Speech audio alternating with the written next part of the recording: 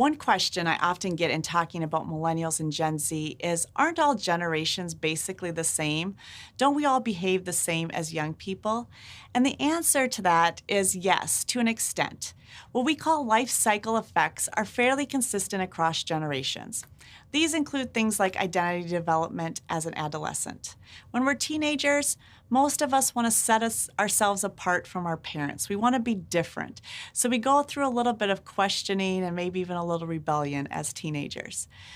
Then, as we get to college age, we often feel that we're invincible, that we can conquer the world and do anything we set our minds to do.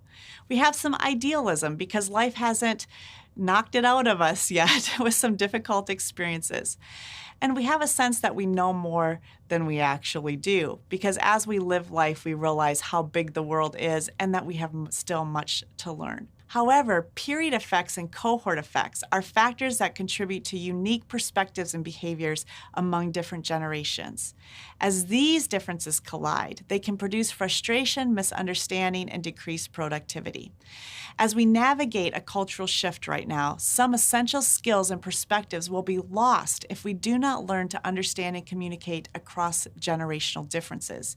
Young leaders will be doomed to repeat the mistakes of the past if they do not learn from more experienced leaders.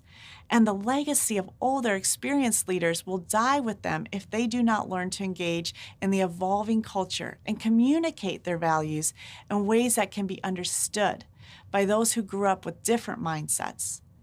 This moment is our opportunity to identify the strengths of the past and of the future and embrace them both as we consider what effective leadership looks like today.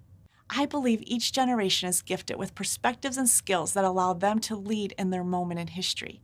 As we navigate the changes of our culture today, the challenges of a new generation are not always the same as those of their parents, teachers, and leaders. In this context, our decisions and values do not always make sense to others.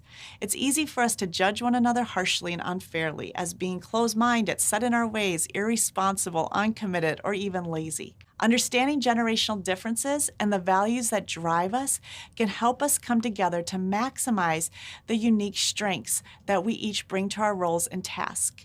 In my book, Daniel Generation, I present the context for this conversation that can help us appreciate what it is that we each bring to the teams, the intergenerational tasks that are before us.